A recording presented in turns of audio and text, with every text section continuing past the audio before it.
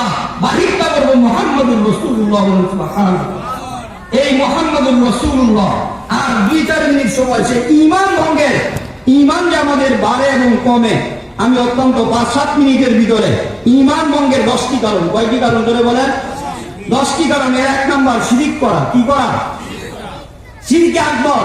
যারা আল্লাহর সাথে যারা শিরিক করে, কেউ যদি আমরা ঈমান আনছি ঠিক, কিন্তু ঈমান আনার পর কেউ যদি আল্লাহর সাথে কাউকে শিরিক করে ফেলি, সেই ঈমান কি থাকবে না ভাঙবে?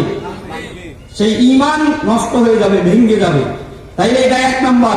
তাফসীর ব্যাখ্যা বিশ্লেষণের সময় নাই। 2 নাম্বার, আল্লাহর সাথে যদি কাউকে মিডিয়া সাব্যস্ত করে।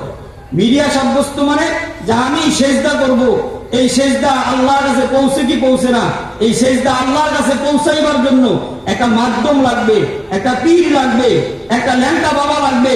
ওর মাধ্যমে আমার এই দোয়াটা, আমার এই কুরবানিটা, আমার এই সেজদাটা আল্লাহর কাছে পৌঁছবে। এই চিন্তা ভাবনা যারা করবে, এই চিন্তা ভাবনা যারা আল্লাহ পর্যন্ত পৌঁছতে গিয়ে কাউকে যদি মিডিয়া মাধ্যম মনে করে, না আমার আল্লাহ বলে, না রে বান্দা, না, তুই তো একটা আমার পবিত্র বান্দা, তোর জবানটা তো আমি দিছি, তোর ডাক শুনতে আবার মাধ্যম লাগবে কেন? না বান্দা, তুই তো আমার চিনস নাই, তুই জমিন, যেই জমিনের ভিতরে বসবাস করো, ওই জমিনের একটা ছোট্ট পিপিলিকাও যদি আমি আল্লাহরে ডাক দেয়, আমি আল্লাহ তো ঘুমাই না, লা তাকুলুহু সিনাতু ওয়ালা নাউম। বান্দা একটা পিপিলিকার ডাক দেওয়ার সাথে সাথে ওই পিপিলিকার ডাকটাও আমি বান্দা শুনতে পারি, বলেন সুবহানাল্লাহ। আর তুই তো মানুষ, তুই তো আশরাফুল মাখলুকাত, তুই কি মনে করো তোর সেজদা আমি পর্যন্ত পৌঁছতে আবার বাবা লাগবে, ল্যাংটা বাবা লাগবে? আছে না নাই? তাইলে এই চিন্তা ভাবনা ধীর যাদের থাকবে, আর ঈমান নষ্ট হবে। আর ঈমান কি হবে? নষ্ট হবে। 2 নাম্বার, যদি কেউ অন্য ধর্মকে সঠিক মনে করে। অনেকে কিছু উদারপন্থী বাংলাদেশে কিছু বুদ্ধিজীবী বাইর হয়েছে, যারা মনে করে সব ধর্মই ঠিক। নাউজুবিল্লাহ জোরে বলবেন না? তাইলে ইন্না দীনা ইনদাল্লাহিল ইসলাম, আল্লাহর কাছে একমাত্র মনোনীত ধর্মের নাম কি? জোরে বলেন ইসলাম। ইসলাম ছাড়া অন্য ধর্মকে কেউ যদি সঠিক মনে করে, সেও ইসলাম থেকে খারিজ হয়ে যাবে। কিন্তু অন্য ধর্মের মানুষের উপরে আমরা জুলুম করতে বলি না। অন্য ধর্মের আপনার যে উপাসনালয়, সেগুলোর উপরে আক্রমণ করা যাবে না, তাদেরটা তারা পালন করবে, কিন্তু আদর্শ দেখে তারা আমাদের ইসলাম কবুল করবে। কারো ধর্মের উপরে কোনো জবরদস্তি করা যাবে না, কিন্তু ওই ধর্মের ওই অন্যান্য ধর্মগুলোকে আমরা সঠিক মনে করা যাবে না, এত উদার হওয়া যাবে না। এটা 3 নাম্বার। 4 নাম্বার, রাসূল সাল্লাল্লাহু আলাইহি ওয়াসাল্লামের আদর্শ থেকে, এটা সময় থাকতে আমি ব্যাখ্যা করতাম। রাসূল সাল্লাল্লাহু আলাইহি ওয়াসাল্লামের আদর্শ থেকে কেউ যদি মনে করে আর অন্য কোন আদর্শ আরো উত্তম, সে আদর্শ যদি কেউ গ্রহণ করে, সে ইসলাম থেকে তার ঈমান ভঙ্গ হয়ে যায়। তার ঈমান কি হয়ে যায়? ভঙ্গ হয়ে যায়। উসওয়াতুন হাসানা, আল্লাহ পাক সর্বোত্তম আদর্শ দিয়েছে আপনার নবী মুহাম্মদুর রাসূলুল্লাহ সাল্লাল্লাহু আলাইহি ওয়াসাল্লামের। সময় আমার শেষ হয়ে গেছে।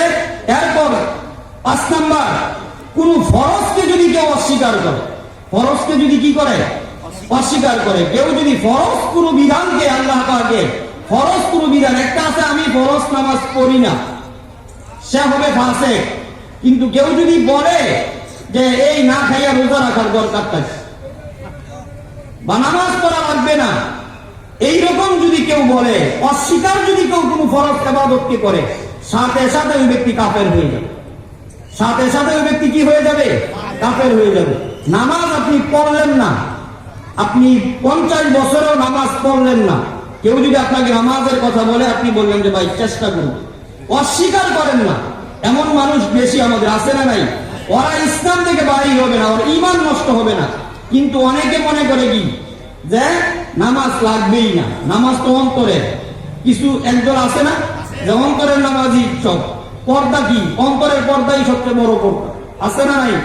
অনেক কথা ছিল, আপনারা ওগুলো বুঝে নিবেন। ইসলামের যে কোনো একটি ফরজ বিধানকে কেউ যদি অস্বীকার করে, তাহলে তার ঈমান নষ্ট হয়ে যাবে। এরপর 7 নাম্বার, কোন বিধানকে যদি কেউ বিদ্রুপ করে, টিটকারি মস্কারি করে, কিরে হুজুর দাঁড়িয়ে রাখছস, কয় কি কয় না? আরে বেটা দাঁড়িয়ে রাখছস, বিয়া করতে পারবি? দাদায় নাতি রে কয় কেমনে করে বিয়া করব? এই যে টিটকারি মস্কারি, হুজুর হয়ে গেছে উস্তাদ, বিয়া কেমনে করবো, মাইয়া কি পছন্দ করবো, টিটকারি। আপনি এই টিটকারি করার সাথে সাথে ঈমান নষ্ট হয়ে যাবে।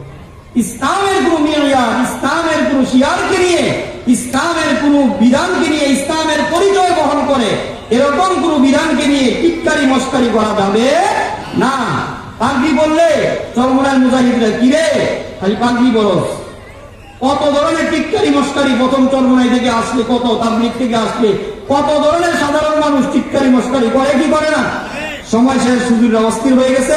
7 নাম্বার, ইসলামের শত্রুদের সাথে, ইসলামের শত্রুদেরকে যদি কেউ সাহায্য করে, ইসলামের শত্রুদের সাথে যদি কেউ কি করে, সাহায্য করে, ইসলাম ধ্বংসের জন্য যারা চেষ্টায় লিপ্ত, ওই রকম কোন কাফেরাকে কেউ যদি আর্থিকভাবে, বুদ্ধি পরামর্শের মাধ্যমে অথবা শারীরিকভাবে, যে কোনো ভাবে ইসলাম বিরোধী কোন শক্তিকে যদি কেউ সহযোগিতা করে, তাহলেও তার ঈমান নষ্ট হয়ে যাবে।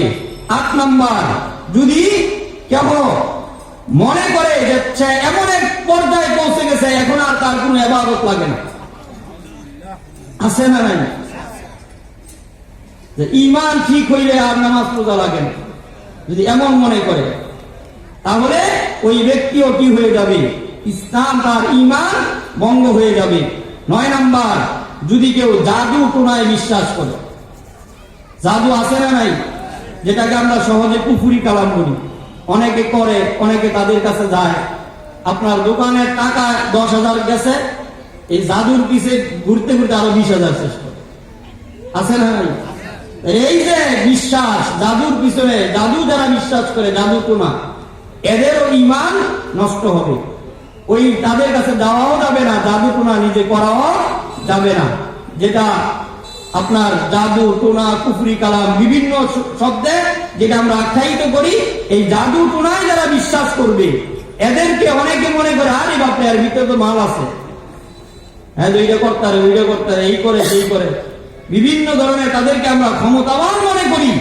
এই ধরনের চিন্তা ভাবনা করাও ঈমান নষ্টের কারণ। 10 নাম্বার, ইসলামের কোনো কিছুর মধ্যে যদি তার মধ্যে সে যদি ইসলামের কোনো কিছুই তার মধ্যে না থাকে, শুধু কালিমা আছে আর কিছুই তার নাই, আগা গোড়া কোনো জায়গায় তার ইসলাম পাওয়া যায় না, এমন আছে না নাই। কেউ আছে যে ভাই আমি 1 সপ্তাহ নামাজ পড়তে পারি না কিন্তু আমি জুমার দিন যাই, কেউ আছে জুমার দিনও যায় না অন্তত শবে বরাতে যায়, কেউ শবে বরাতেও যায় না, শবে কদরেও যায়, কিন্তু কেউ আছে শবে বরাতেও যায় না, শবে কদরেও যায় না, অন্তত ঈদের দিন নামাজটা যায়। আবার কিছু কপাল পড়া আছে, ও ঈদের দিনের ঈদের নামাজটাও করে না, আছে না নাই। কোন জায়গায় তার কোন ইসলামের লেশ নাই, এমন যে আছে ও বলে ওর তো ঈমানের দরকার নাই, কোন জায়গায় তার কি নাই, কিচ্ছু নাই, যার অস্তিত্বের কোন জায়গায় ইসলামের কিছুই পাওয়া যাবে না, এমন ব্যক্তিও ঈমান ভঙ্গের কারণ হয়ে যাবে। আমি 2-3 মিনিট হয়তো সময় বেশি নিয়ে ফেলছি। এই 10টা কারণের মাধ্যমে মানুষের ঈমান নষ্ট হয়ে যায়। আল্লাহ পাক প্রথম কথাটা বললাম, ইন্নাল্লাযীনা